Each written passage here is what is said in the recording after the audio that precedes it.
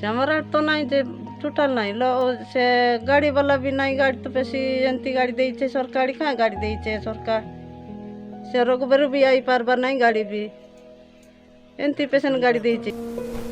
एथिला जड़े रोगी संपर्कीय क्षोभ भरा कथा जहाँकि जिलार वास्तव चित्र को चित्रण करुची।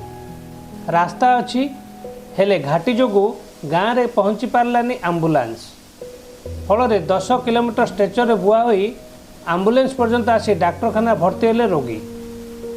एभली अभावनीय घटना देखा मिली रायगढ़ जिला मुनिगुड़ा ब्लॉक डिमरीगुड़ा पंचायतर उचेतपारू गाँव में।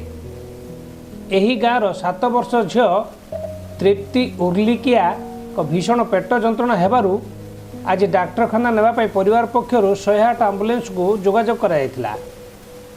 हेले घाटी रास्ता सह आंबुलांस रे यांत्रिक त्रुटि देखा जिबारु आंबुलांस टी घाटी पार होई जाई पार नथिला।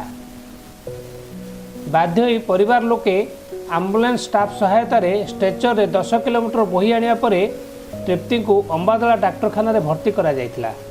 एबे तृप्ति को स्वास्थ्य अवस्था भल थिबा डाक्टर कहिसंती। जो गाँव में केस मिलता आमको से रघुबारी पंचायत से आम मुनिड़ा ब्लॉक से पंचायत रे जो गाँ की से आम जो पेसेंट आने जाऊँ से घाटी से जो गाँव को देख जावाक पड़ो से बहुत बड़ घाटी एरिया मैंने घाटी सेक्शन एटा को गाड़ी भी चढ़ी पारनी 108 गाड़ीटा तो से बाध्य स्ट्रेचर नहीं धरिकी आसू पेसेंट डिमुड़ा पंचायतर उपात अंचल उचुपाड़ गाँव ऋषि उर्लिकियार झील तृप्ति उर्लिकिया बयस 7 छोट झीलटा सी असुविधार सम्मुखीन होता तार देह असुस्थ थिला तो आम 108 आंबुलांस को फोन कलु 108 आंबुलांस आसला 108 अंबादला 108 आंबुलांस बहुत असुविधा अच्छी कौन असुविधा मान टेक्निकाली प्रॉब्लम अच्छी बोले घाटी चढ़ी पाला ना आम से 10 किलोमीटर चल चलिक गलु धरिकी आनिकी आंबुलांस रखलु आम उचुकपाड़ू ना उचुकपाड़ू टुनापाड़ी को आणलु 10 किलोमीटर बोईक आणलु स्ट्रेचर रे बहुत कष्ट आसचु एटा आम सरकार को गोटे अनुरोध करुच्छे से भल आंबुलांस गुटे दिंतु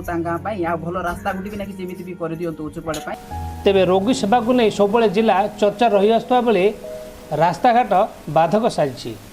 ए दिगरे जिला प्रशासन ध्यान देले आ स्ट्रेचर किंबा खटियार आवश्यकता पड़िबो नाही। रायगढ़ रंजन रथ, ईटीवी भारत।